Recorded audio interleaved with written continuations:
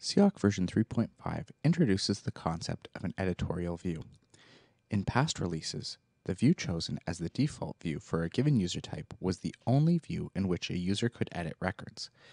In CIOC version 3.5, a user can be assigned one or more editorial views, and they can add or update records in any of those editorial views, assuming they also have permission to add and update records.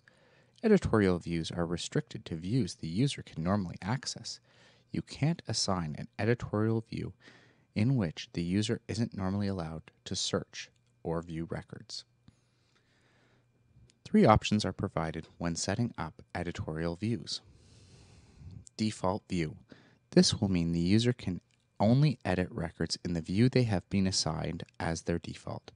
This is the behavior of the software prior to CIOC version 3.5, and all user types will be initially set to this option following the CIOC version 3.5 upgrade.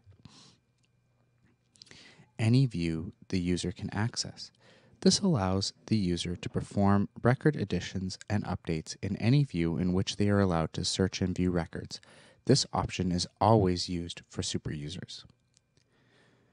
Any of the following. A list of views the user would currently have access to is provided.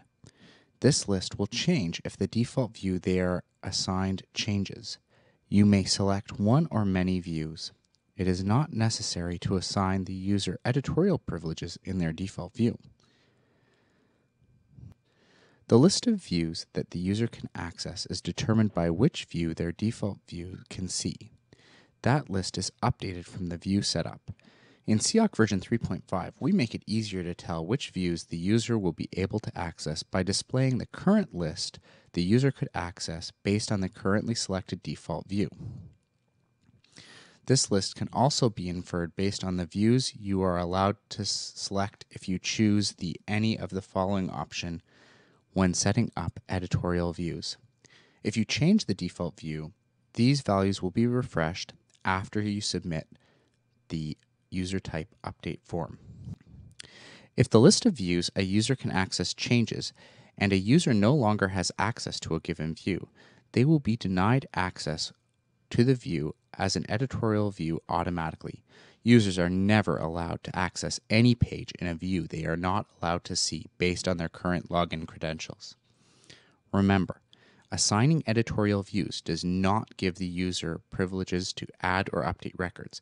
It only indicates which views they can perform these operations in if they have permission to do so.